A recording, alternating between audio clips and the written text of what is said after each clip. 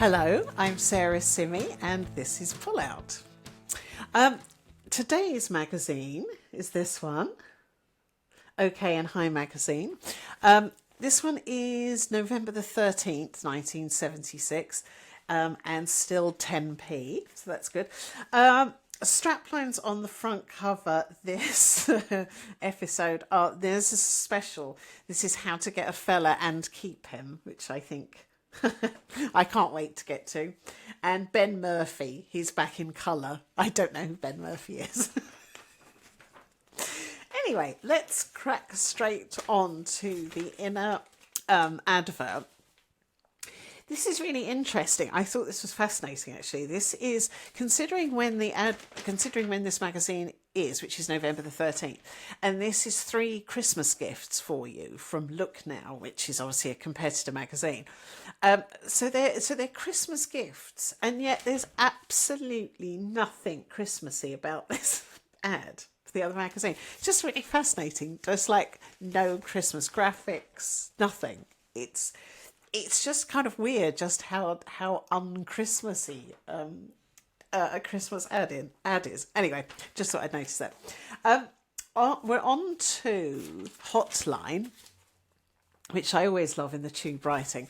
Hotline is like the gossipy bits. So let's get into Who's Next Door. All's not well in darkest Hounslow. Seems that the local residents are getting a bit worried because ex-guitar smashing Pete Townsend of The Who has moved there. In fact, to calm the residents down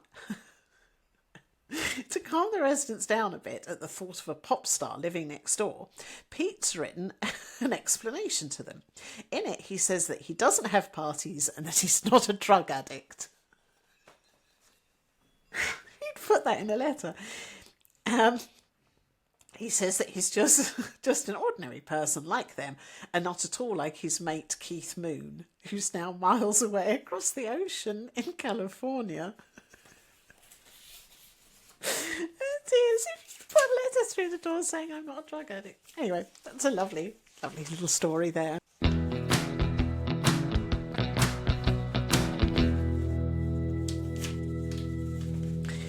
Now, this is Do You Love Someone Else's Guy? Ooh, I think there was a song about that. It's quite dull, actually, the article, so I'm just going to read out the bit at the end, which is how to tell if he's someone else's guy. Number 1, he tells you never to ring him and won't give you his home phone number. I would say that was a fairly good sign, yes.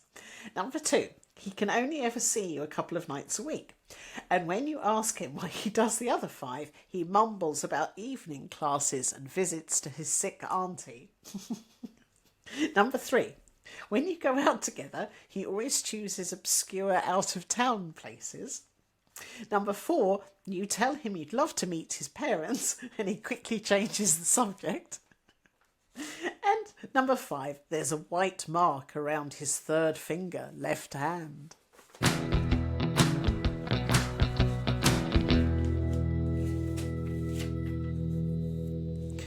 We've got some great fashion here. This is Wrap Up, which is obviously all about keeping warm in the winter. She's got a lovely red, green and yellow stripy hat on and red gloves. There's some help here about how to keep warm and keep looking good during the winter. There's quite a few points. I'll just pick out a few. Number 4, fashion for winter says balaclavas are in. Oh God, always wear a balaclava. So make sure you buy one and it will help to keep your ears snug. Also, did you know that by wearing something on your head, you help to retain your body heat? Thank you for telling us. Number 5, remember that your eyes stream when it's cold, so wear an all-weather mascara or you'll end up looking like a panda. 6, try not to wear anything with an open neck, but if you must, then tuck a scarf inside, if you must. Number 8, this actually, I picked this one out because it reminded me of my dear mum. who always told me to wear a long vest. This is invest in lots of long vests this winter. They help to keep you they help to keep your back warm and prevent chills. My mum always told me to wear a long vest to keep my kidneys warm. I don't know whether that was true or not. Mind you, she also used to tell me to cover my chest, but I can't remember if that was for moral or health reasons. Either way, I didn't take any notice of it, but still. And number 10, keep on exercising during the winter. Don't let the morning frost on the windows put you off. Your figure still needs trimming.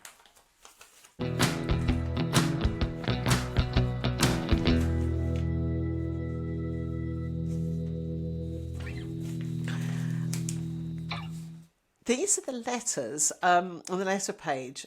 This one isn't particularly funny, but it was just so nostalgic for me. So I'm just going to read this one out. The other night, some friends and I were walking down the main high street, literally singing in the rain, thinking no one was about and that all the shops were shut.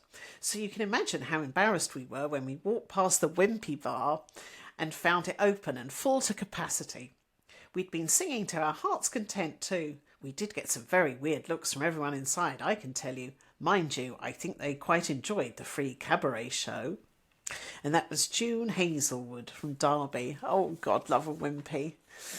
Other one is Swop Shop, which features in every magazine. This one... This one's really sweet. I have a size 12 dark brown real suede skirt in very good condition, which I would like to swap for a pair of flared bottom jeans, size 12. Must be in very good condition. All offers considered. I like the fact that they're prepared to swap. By the way, this is Susan Prestwell. 2 Dameside Holdings, West Lincolnshire. That they're quite prepared to swap with something that they haven't even seen a picture of. It's quite sweet, really. The other Swop Shop one is, I have the latest Glitter Band album, which for those of you that don't know, that was obviously Gary Glitter's band. I have the latest Glitter Band album, Listen to the Band, which includes People Like You and People Like Me. I'd like to swap it for Elton John's greatest hits. What an excellent plan. So would I.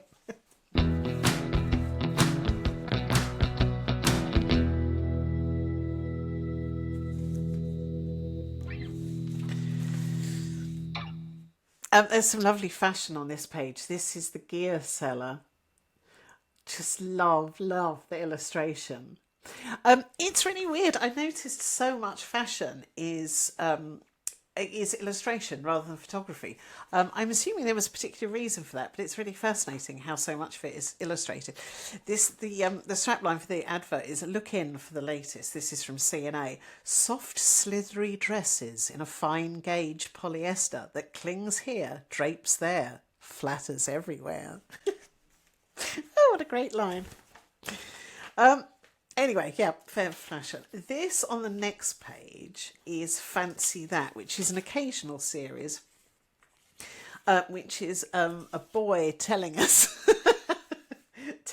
what they like. This is only going to go one way. So it's called Where Fellas Get the Chance to Talk About You. Fancy That. So I'll just read from this. The first thing you notice about Howard Posner are his piercing blue eyes. He seemed to dress really well too, which was quite understandable once we found out that he owned fashion shops. Ooh. With this in mind, we asked him how he likes his girlfriends to dress. I'm not fussy about what girls wear, he confessed. I like them in smart or casual clothes. There's no fashion I don't like, so long as she's got a nice figure. What I don't like is girls to look miserable or to act cool and quiet with me. It's so off-putting. I often wonder if I'm boring them. Well, I think there's probably quite a high chance you are, Howard.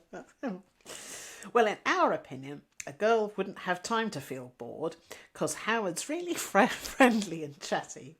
He started asking us questions. Nevertheless, we managed to get back on track and ask what he thought of girls asking fellas out. Great, he said, gleaming all over his face. And I'm totally in favour of marriage. Oh, good. That was a bit left field. Although I'm not thinking of marriage right now. I'd like to marry, mind you, but it would have to be to someone who could answer me back. I don't like feeble girls.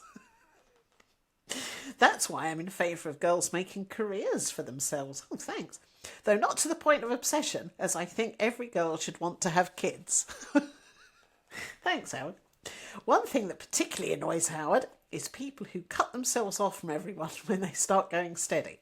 I think it's very important to keep in touch with your mates, whether you're going out with someone or not, Howard told us, because one day you're gonna need them. Thanks.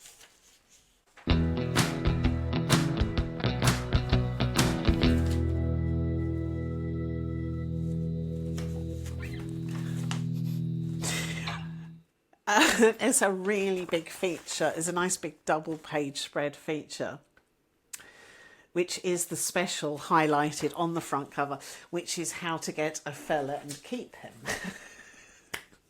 Oh, these are some classics in here. They suggest there are several different types of boy, man, don't know, and how best to deal with each one. There's the frightened fella. I don't know why he's frightened. The joker, the Romeo, the girl hater. Don't you want to go out with him? The super guy and the surprise. The Romeo. There's a picture of, well, rather an illustration of Romeo. It says, the Romeo, he always leaves a few buttons of his shirt undone so that you can see his gold medallion glinting against his tan. He believes that every girl is a pushover if you just treat her the right way. And he certainly has a good line of chat. Nothing you say will put him off. He's got an answer to absolutely everything. He really likes girls, and he'd rather spend his time with a dishy bird than a crowd of his mates. Oh, a dishy bird. That's not at all offensive. I really want to find out about the girl hater, as I think we all would, as obviously we'd all want to go out with him. I don't know why they've made him look just weird and creepy rather than a girl hater, but well, I suppose the same thing. The girl hater, he's attractive and sexy. But you could find yourself in big trouble if you fall for him, because underneath it all, this fella thinks girls and hearts are just things to play with. He likes to flirt and will boast to his mates that he can get any girl he fancies, but once he's got them, he will chuck them aside ruthlessly and heartlessly. He tells tales, often false ones, about his old girlfriends, and if you turn him down, he'll want to get his own back. Well, he just sounds lovely, doesn't he? Why are we suggesting that we even pursue him? Anyway, how to get him interested? Why would you want to? If you really want him, you'd better be a good cook and love ironing shirts. Because this fella thinks that's just about all that girls are good for. Show him you're just a cute little housewife at heart. Oh dear. My flesh is creeping a little. When he's hooked, he'll be jealous and will want you to stay at home while he goes out gallivanting. So long as you play the game, he'll treat you like a princess. But step out of line and you could find yourself on your lonesome. Not recommended. Why are they suggesting that you go out with a girl hater in the first place? This is a little section called What Every Boy Wants, or at least what they dream of but rarely get. Number 2 is someone who'll love to wash his smelly old socks and grubby hankies just for the sheer joy of touching something that he's touched. Ooh, that makes me feel a little bit sick. Number 3 is someone who'll cook him a beautiful dinner and emerge from the kitchen looking like Britt Ekland, then force him to stay on the sofa and cuddle him instead of washing up. I'd like to emerge like Britt Ekland at some point during the day. And number 6 is someone he can ring up at any time he wants and know that she'd love to go out with him. Won't ask where he's been for the last 6 months and will always insist on paying her share of the bill, if not his too. On the other side, there's 6 ways to take him by surprise. Number 1, turn up on his doorstep one Saturday in shorts and stripy socks and tell him you're taking him to a football match. This is clearly when people had to attend football matches in stripy socks. Anyway, number 4, invite him round for a meal and give him the works. Cook something unusual. Get out the lacy tablecloth and the candles. I don't think I've ever seduced anyone on a lacy tablecloth. Always time. Number 5, buy him a silly present. A Victorian pin-up calendar, a big bottle of smelly bubble bath, or a pair of naughty knickers. Doesn't suggest whether the knickers are for you or him. So, moving on, this really is a special. We've got 4 whole pages of how to get a fella and keep him. We've got everything here. This is 20 things. This is a bit of a double negative, and I was getting very confused, but 20 things not to do with a fella you really fancy. So don't joke about him with his mates or he'll be very offended. 2, offer to wash his shirts or sew on his buttons. He'll think you're getting a bit too cosy. Why would you offer to wash his shirts and sew on his buttons in any case? Number 3, don't cling to his arm all the time when you're out together. 5, take him home to meet mother. If she's anything like other mums, she'll start asking him those wedding bell questions. This one really made me laugh. Don't tell him you hate men who wear white string vests. He may have one on under his shirt. Oh my God, what are the chances of meeting someone now that might have a white string vest on under their shirt? And also, how old are they? Like 60? How many teenagers would have white... Anyway, no, enough with the white string vests. I've gone down a road. Number 12, don't stop in front of jewellery shop windows and say, isn't that a lovely gold watch next to those engagement rings?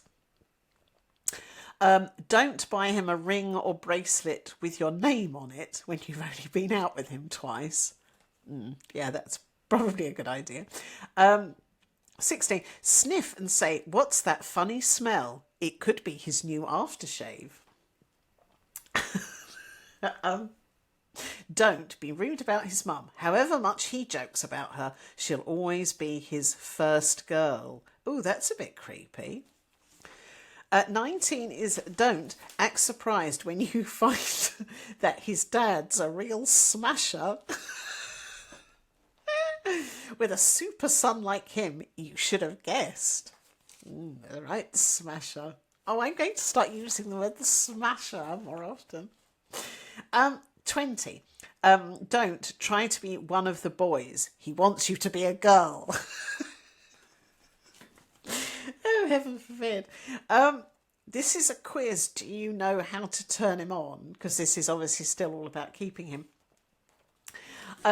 Some of the best questions here. Number 1 is, he wants to take you on a holiday, just you and him and a tent. You know you'll have to say no because your parents would have kittens. So do you. A, keep putting it off and hope he'll forget about it. B, tell him he's a bit big to be playing Boy Scouts. Or C, say you don't think you could trust yourself alone with him for a whole 2 weeks. This one is a bit creepy. Number 6, walking home, he suddenly pulls you down a dark alley. Do you, A, do the same to him a couple of yards further down the road? B, say, I never knew there was an alley here before. Or C, say, oh, you've messed up my makeup. I'm reading out this one purely because if you remember watching Top of the Pops in the 70s, you'll love this one. Number 11, he's leaning up against the bar, watching you dance. Do you, A, pretend not to have seen him? B, B, dance as if your partner was Ben Murphy. Again, I don't know who Ben Murphy is. I must look this up. Or C, do your Pan's people bit. Even if you haven't got the figure or the gear for it. Oh, that's nice. Finally, number 12. He's taking you out for a picnic on a lovely sunny day. Do you? A, wear overalls and a check shirt. Well, only if you were planning on doing some plumbing later on. B, get out your Laura Ashley gear and look all soft and romantic. Oh. Or C, wear your beekeeping kit. Those country insects can be very nasty. Of course, we all keep a beekeeper's outfit ready at any point. Lastly, this was one hell of an article. Lastly, this is 6 ways to flirt with style. The 6 ways to flirt with style has also got an illustration of a lady with very erect nipples. So I'm assuming that's part of the way of flirting. I'm assuming so. Number 2, on the phone, be extra charming. Keep your voice low and soft. If you look good, you want to see if you look good too.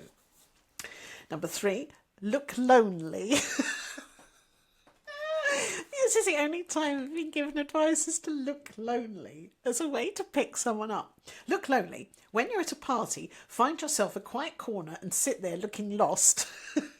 If he's nice, he's bound to come over and cheer you up. Number 4, dress for him. Don't worry too much what's in fashion. Wear something soft and clinging if you've got a curvy figure. If you're slimmer, drape yourself in something long and slinky that whispers as you walk. I don't know how something can whisper as you walk then. Number 5, be flattering. Tell him he's the best looking fella at the party. Admire his clothes and tell him what lovely artistic fingers he has.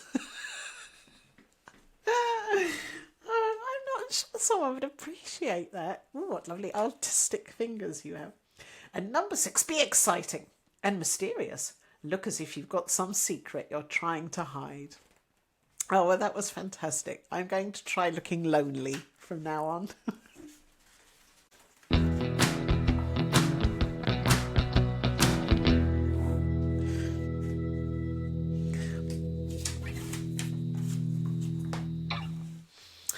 This is Super Guys, which you just got to love the typeface for Super Guys. This is again is Sally, who just picks out men she fancies and talks about them, which is interesting. Good old Sally.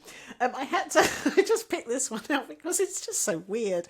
The actual title of it is It's Calf Time for Mr. Daltrey. Now it's like, what the hell is this? And it says, delivering some baby calves was one of the high spots of my life. Tousle-topped Roger Daltrey told me the other day. I've got a big farm, and among all the animals I've got, there's a beautiful herd of cattle. I just love mucking out the cow sheds. It's such a lovely down-to-earth contrast from the make-believe world of rock music. Oh, isn't that a nice little story about Roger Daltrey? I'm not sure I entirely believe it, but it was nice.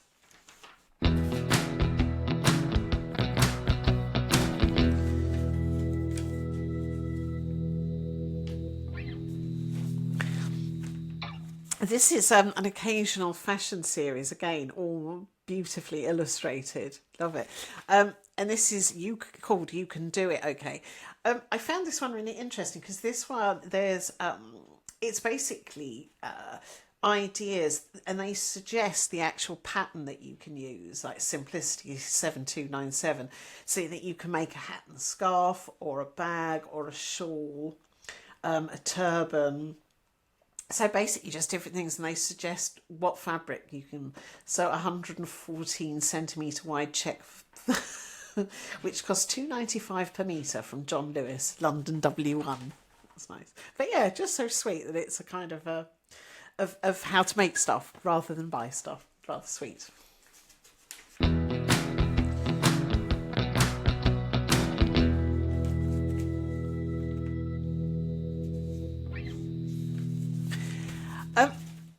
I found this really bizarre little column called Girl Talk, and I've read it a couple of times and I still don't really understand why they wrote it, but fill the magazine up, I guess.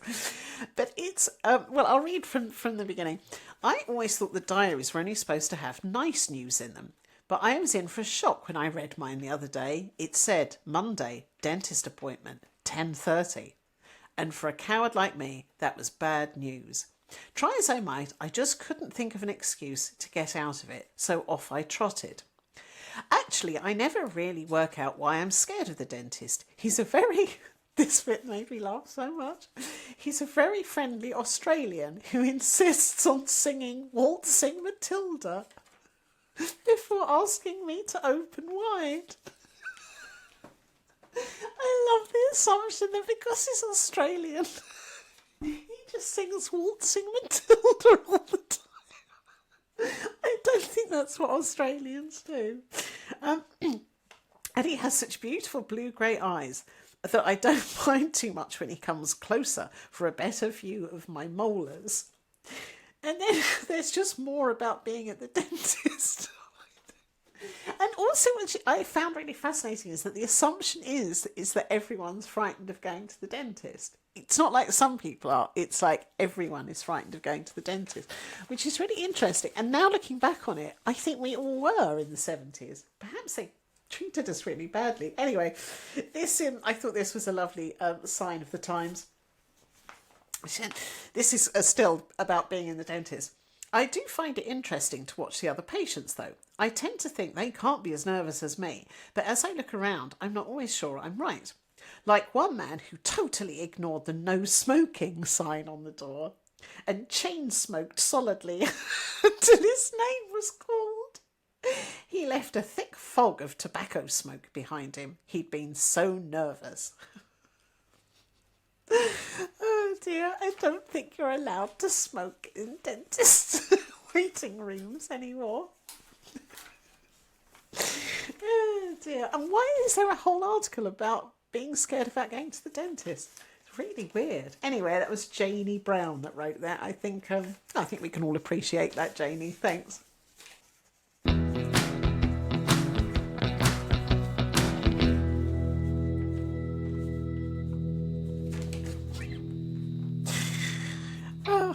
I'm finally onto the problem page. My favourite. This is the bit where it's either Helen or Pat is answering the questions. So this, this certainly is a sign of the times. Okay, dear Helen, could you please tell me if you think my boyfriend is being unfair? He goes out with his mates 3 or 4 times a week, but when I go out with my mates, he doesn't like it. Yes, he is being unfair. Ricky reckons that a fella's place is with his mates and a girl's place is at home. Well, doesn't Ricky sound like a charmer? I hope you can help me because we have lots of rows about this and I'm beginning to think he may be right. No, don't think that. By the way, I'm 18 and he's 19. What does Helen say? Well, yes, I do think Ricky's being unfair. Thank God for that. Why shouldn't you go out with your mates as often as he does? I reckon that if he doesn't want you to meet his friends, it's probably because he thinks you'll be getting up to something. So why not ask him just what he thinks this is? You have a right to keep up your own friends, but more important, you ought to keep your own friendships going, because from my experience, they often last longer than a lot of romantic relationships. Right on, Helen. Stick up for your rights, and if Ricky doesn't like it, tell him that if you should stay at home, then he should keep you company. Sort of lets down the feminist side a little bit at the end there, but it's okay. Next one is Dear Helen. A few months ago, I went to Spain for 2 weeks holiday and met a Spanish boy. Well, that's helpful. We spent every possible moment together, and he was nothing like...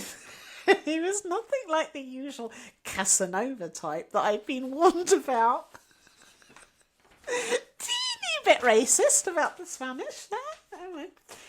When the time came home, when the time came for me to go back home, we were both equally upset, and he gave me his ring. Oh, and promised to write. He kept his word, and we've been writing ever since. Oh, obviously he is genuine, but my friends seem to think that I'm wasting my time on this relationship, and that I should concentrate on on going out with what they call reliable English boys.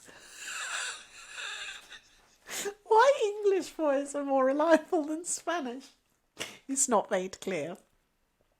But it's impossible for me to stop thinking about my Spanish boy. The thing is, he's due to be called up for his military service soon. Oh my God. So there's no chance of him coming to England. So I'm determined to go to Spain for work.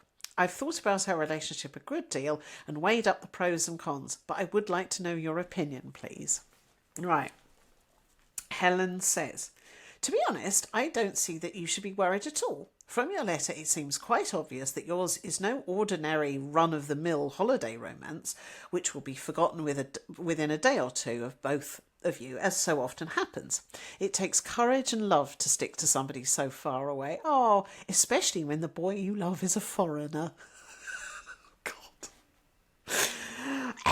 Someone whose roots are in a different country and whose basic background, language and culture is so different from your own. And now at least Helen's in support. However, I can't say whether or not you are in love. Oh, right. And if you are, what you should do, because these are things that only you can know and decide on. But I do think your friends are being a bit narrow-minded. In my opinion, you are well able to look after yourself, and what's more, will be able to assess exactly where you stand with your boy. Good luck. Oh. Now, I really hope that it doesn't say the person's name. I wonder if they ended up going to Spain. I want to know. Did they end up marrying the Spanish boy? These questions are to Pat. These are, if you're too embarrassed to talk about it, just write to me. And I won't be embarrassed, I'm assuming. And the first one is, Dear Pat. Oh, this one's sweet. My problem is that I'm simply ugly. Oh, I've got bags under my eyes and a big nose which people make fun of. I can't do anything with my hair, and I've got an awful figure. A 36-inch bust. Well, what's wrong with that? Broad shoulders and a muscly back. I don't know why muscly back made me laugh. Mine, just the muscly back really got me. Because surely you have a muscly back because you've in some way made yourself have a muscly back. Does one have one without trying? I'm not sure. Anyway, my nails won't grow, my knees are knobbly, and my feet are too big. The more I try to look better, the worse I get. I haven't had a boyfriend for ages. Oh. Pat says, my, you do feel sorry for yourself, don't you? Oh, God, Pat's not pulling any punches. Thank you for sending the photo of yourself, which I've looked at carefully and which doesn't show me anything other than a normal, attractive girl. Oh. If you say... If what you say in your letter is true, I can only think you've sent me a picture of a friend by mistake. Of course, I can't see your feet. I can't see your feet or your back in the photo, but I can know that muscly back. I think we need a picture of the muscly back. But I can see that you've got lovely clear skin, beautiful teeth, and gorgeous auburn hair. I think this was maybe me that wrote. Although I can't remember having a muscly back. If you don't like your hair, then go to a hairdresser and ask him or her to give you a really nice hairstyle. Don't tell him or her what to do. Leave it to the hairdresser to decide what will suit you best. Most people have bags under their eyes when they smile, but if you have them at other times too, then plenty of sleep and fresh air and drinking lots of fresh water will help, as opposed to that old water. Nails will grow if you let them, which means don't bite them. Keep them in good shape with an emery board and varnish them regularly so that they look nice. I could go on for ages, of course. All right, Pat, telling you what to do, but you can get all the advice from our beauty pages. What I can tell you is that if you tell yourself you're ugly, then you'll feel ugly and sorry for yourself too. And that's what's scaring the lads off. They want to take you out for a laugh, not for a moaning session. Give yourself a shake. Do something about your problems and see what a difference it makes. I like that. It was quite no nonsense, wasn't it? It was like, come on, get on with it. The last letter. Sorry to end on this letter, but I'm going to. Dear Pat, I was reading a letter from a reader who said in her letter that her boyfriend did not ejaculate. What does that mean? Also, is semen the same as sperm? This is going to be a nice explanation for the end, isn't it? Pat says, the word ejaculate, when used in connection with sexual intercourse, means that the man releases his seeds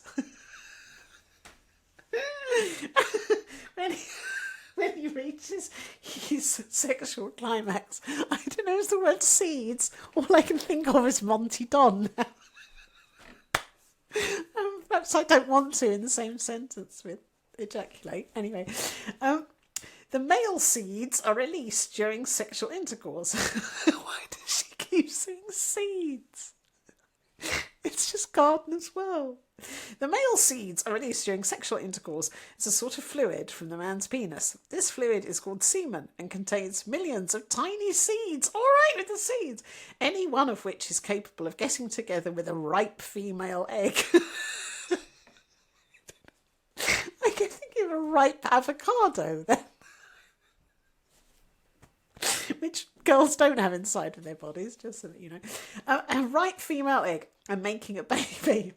The proper term for these seeds, well, thanks for finally telling us, which you can't see without a microscope, is sperm. Oh, thank God. We finally got it by the right name. You can't see without a microscope. You're only going to whip out a microscope, are you? With that? Anyway. Oh, well, that was a nice ending for that problem. Oh dear.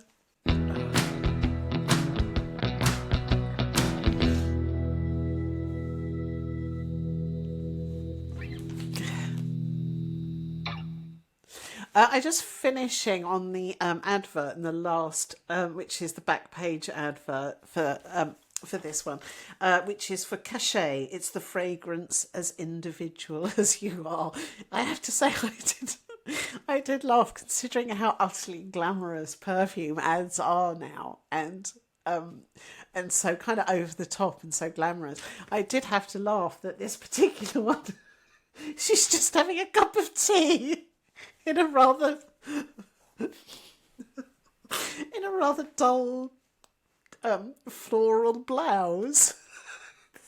It's not the sexiest image I've ever seen for selling perfume, but anyway, so yeah, it's it's kind of following her around, and it's Sally Shaw. This is Sally Shaw having a cup of tea.